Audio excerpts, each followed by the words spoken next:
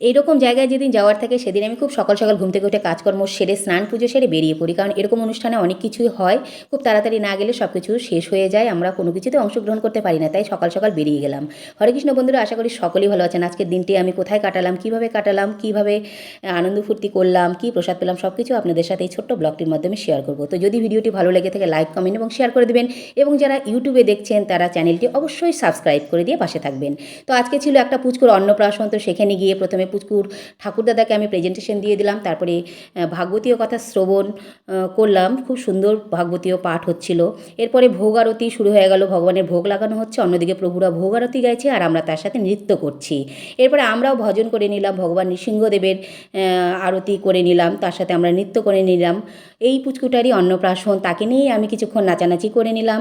এরপরে পুচকুটাকে ভগবানের প্রসাদ পরমান্ন দিয়ে মুখ এঁঠো করা হলো। পুলিশ প্রভু প্রসাদ পুচকুটাকে খাইয়ে দিল, খুব সুন্দরভাবে প্রসাদ পেল। এরপরে আমিও প্রসাদ পেয়ে বাড়ি চলে আসলাম। তো আজকের ভিডিওটা এই পর্যন্তই। হরে কৃষ্ণ।